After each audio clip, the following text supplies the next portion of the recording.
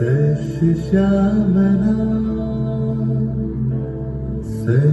श्यामला मातरम वंदे मातरम।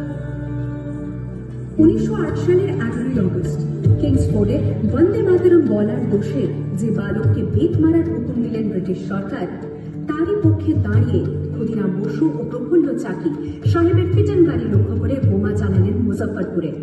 সাহেব নিহত হলেন না, তবু নাবালক ক্ষুদিরামকে ফাঁসির হুকুম দেওয়া হলো। জননী গুলো তুলে পক্ষে শান্তনু বাস দেব তুলে চোখে কাঁদেছে তব চরণ তলে 63 কোটি নর নারী।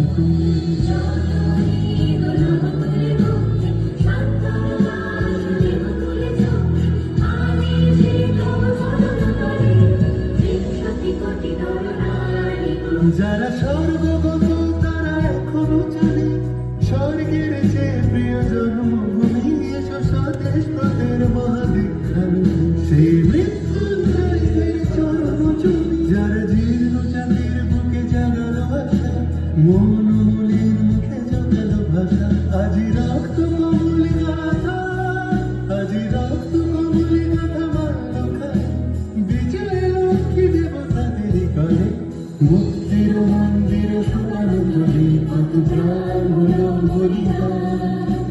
লেখা আছে অস্ত্র জলে লেখা আছে অস্ত্র জলে।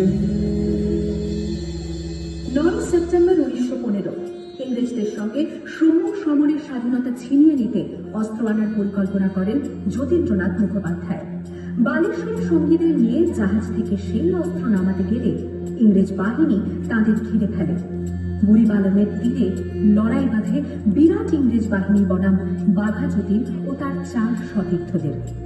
এককালে শুধু ভোজালি ঘাটে যিনি বাঘ মেরেছিলেন, সেই বীর সেদিন লুটিয়ে পড়লেন।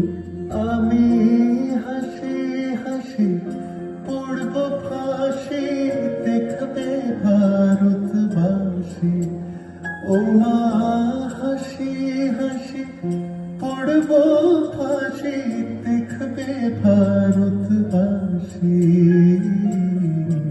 একবার বিদায় দে মা ঘুরে আসি।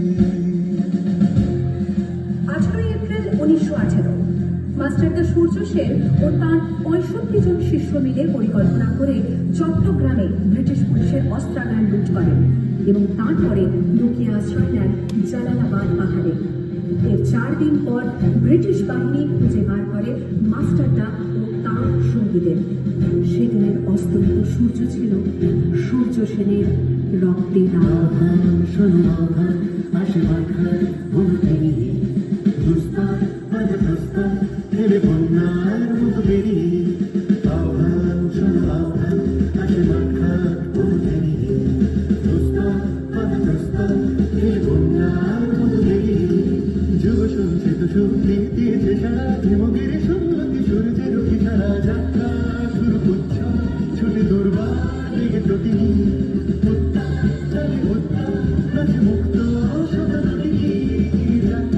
শুরু করছ ছোটে দুর্বার দিকে প্রতি